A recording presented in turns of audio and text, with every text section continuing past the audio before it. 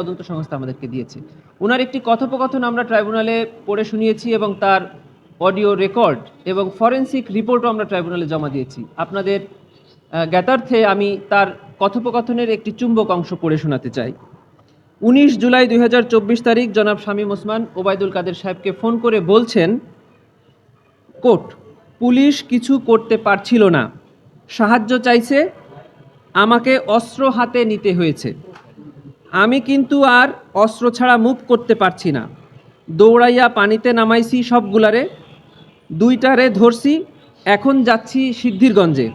আর সজল মোল্লার সাথে আলাপ করছি, বলছি তোমরা আমাকে সাপোর্ট দাও, আমরা চিটাগং রোড খালি করতাছি। আপনি একটু আপাকে অর্থাৎ আপনি একটু নেত্রীকে বলে দিয়েন অস্ত্র হাতে আমার ছবি দেখলে উনি যেন রাগ না করে। এখান থেকে আমরা দেখিয়েছি যে অ্যাবসোলুটলি উনি অস্ত্র ব্যবহার করেছেন এবং অস্ত্র ব্যবহার করে নারায়ণগঞ্জে হত্যাযজ্ঞ চালিয়েছেন।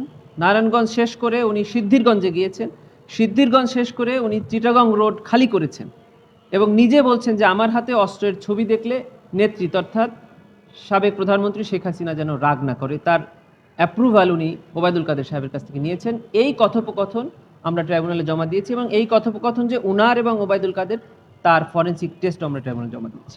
আপনি